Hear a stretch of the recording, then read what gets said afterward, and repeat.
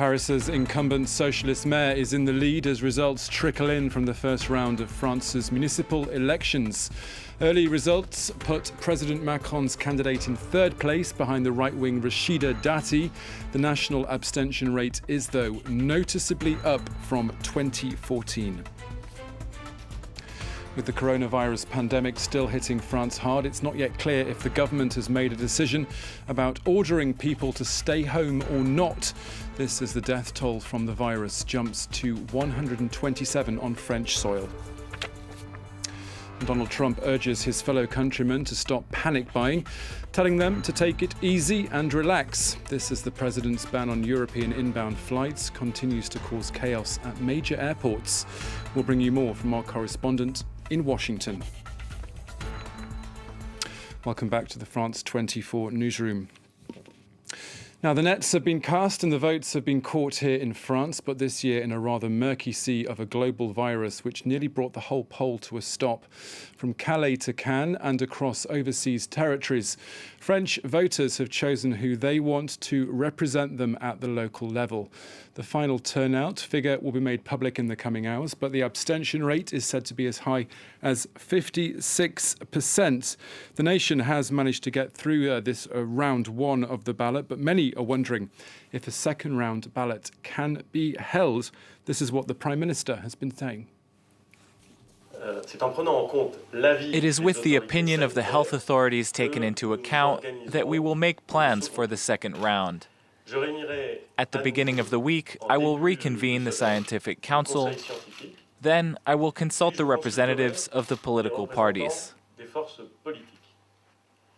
It is with total transparency, taking into account the health recommendations, and, I hope, in a spirit of Republican consensus, that we will take the necessary measures. Now, 35,000 seats in town and city halls have been filled, and over 500,000 council posts were up for grabs. Early results give the incumbent socialist mayor Anne Hidalgo a lead here in Paris with an estimated 30% of the ballot, with the right-wing Rachida Dati in second place and President Macron's official candidate Agnès Buzyn trailing in third. Prime Minister Édouard Philippe is ahead in his bastion port of Le Havre, while Green candidates have scored well in Lyon and in Bordeaux, with the left doing well in Lille and the north and across Brittany, while the far-right National Rally candidate is ahead in the southern city of Perpignan. A little earlier, I spoke to Annick Bédiard from the IFOP opinion poll organisation, and I asked her if the president's ruling party has taken a bruising at this ballot.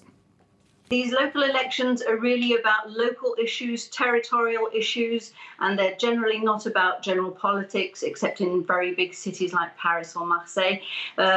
But it seems that it's difficult to say that these results are going to be something to say about the presidential party, since it's very young. It wasn't existent in 2014. They have no running mayors, or very few of them. They have few candidates, and the campaign was very, very short. And so the candidates, they were had very little time to get well known from the public. So it's going to be difficult to say something about the presidential party after these elections. Well, it was a bright and a balmy day here in Paris this Sunday, but spirits were dampened by new measures to stem the spread of the coronavirus which have been brought in. The death toll here now stands at 127. That's a rise of 36 since Saturday. And there are over 5,400 confirmed cases. That's a rise from 4,500 the previous day.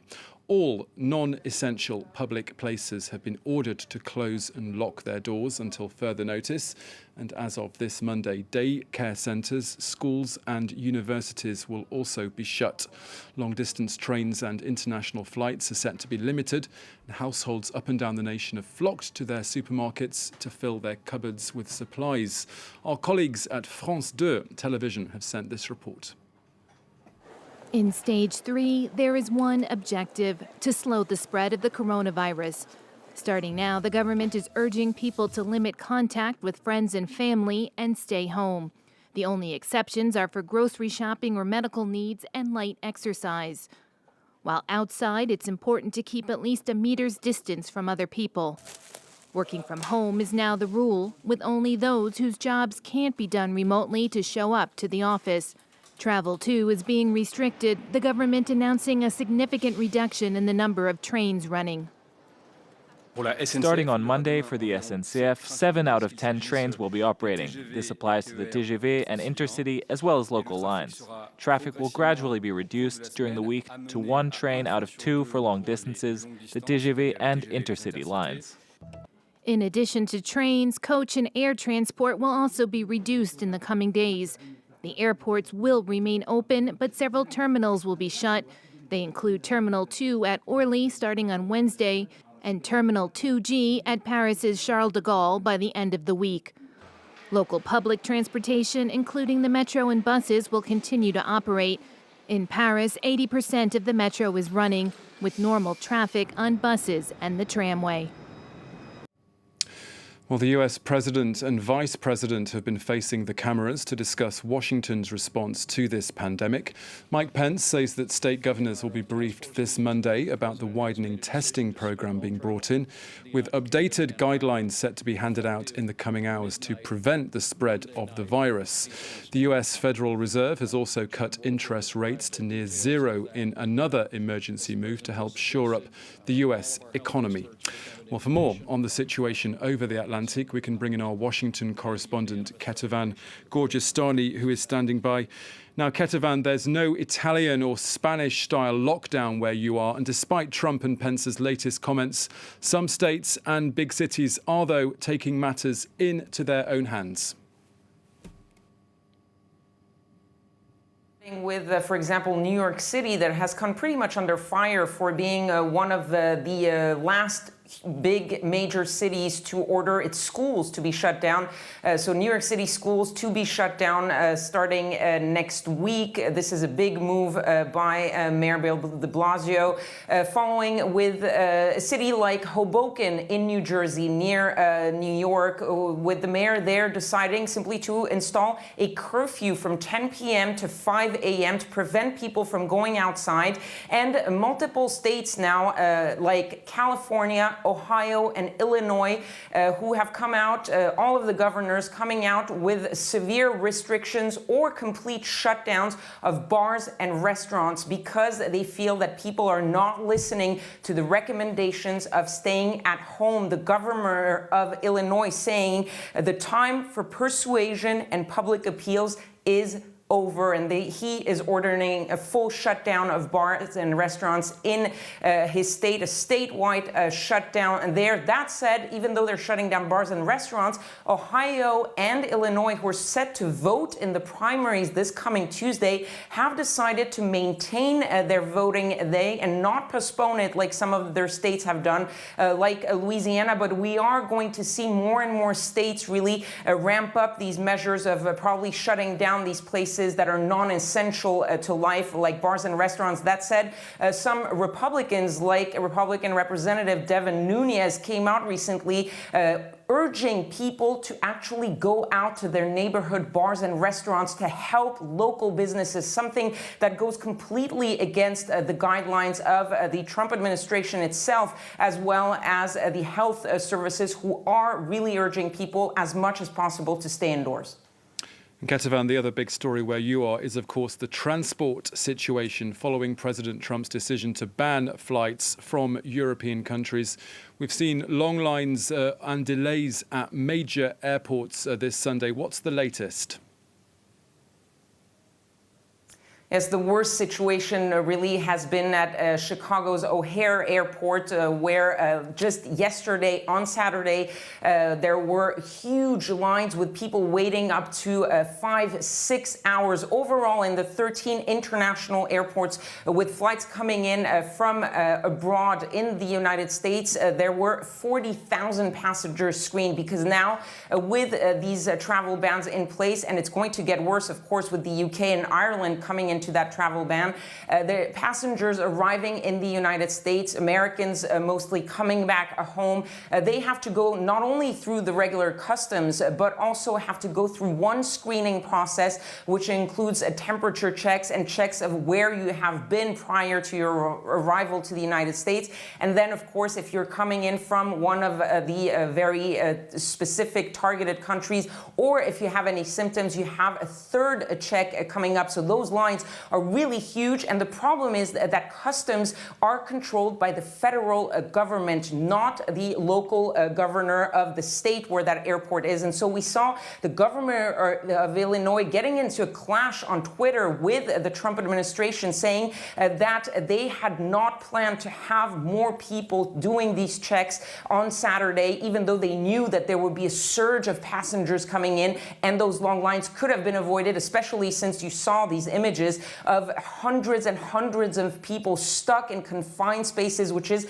completely against all the guidelines. But the governor was speaking just recently, the governor of Illinois, saying that the situation was a little bit more smooth this Sunday, but it's bound to get a little bit more complicated as the UK and Ireland enter that ban. But the people at customs have been increased, so there should be more people to do those checks and hopefully fewer lines as the days progress. Okay, Ketavan Gorjestani in Washington, thank you very much. Some non-coronavirus news now. When he receives the official request from his president this Monday, the Israeli opposition figure Benny Gantz will be given a month to try and put together a governing coalition.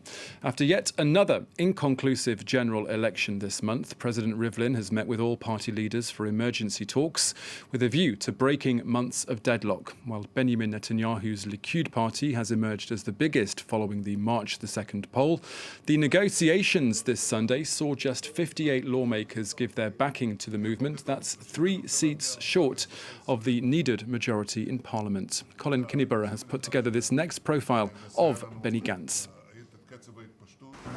He's made ending corruption a hallmark of his candidacy. Now Benny Gantz is being given the chance to form a government on the eve of Benjamin Netanyahu's trial. The mere idea that an Israeli prime minister will remain in office after being indicted is ridiculous. Gantz also portrays himself as an antidote to what he calls extremism in government. There will be no races leading our state institution. A reference to Netanyahu's efforts to unite with far-right allies. On some of the most divisive issues facing Israel, though, Gantz has shifted closer to Netanyahu's positions, an apparent bid to win over right-wing voters. In January, he pledged for the first time to annex the Jordan Valley, though his plan is less drastic than Netanyahu's. Much the same for his promise to implement Donald Trump's proposed peace plan for the region. When asked previously if he was in favor of a Palestinian state, Gantz replied, "What I see down the road is a Jewish state with democracy and security. What happens on the other side will be negotiated later." Like Netanyahu, Gantz has also thanked Donald Trump for recognizing Jerusalem as Israel's capital. The two rivals largely agree over Iran, too, with Gantz calling it, quote, a vicious regime and opposing the nuclear deal. It was 8 years ago that Netanyahu made Gantz his chief of staff. Now the two men are bitter rivals and have repeatedly sworn off any coalition between their parties. But on key issues, they're perhaps more closely aligned than their war of words would suggest. Now, for more details on the stories featured in this latest World News Bulletin, including all that you need to know about the first round of France's local election held this Sunday, you can check out our website. The address there, as usual, is www.france24.com/en. And that brings you up to date. Do stay with us here on France 24.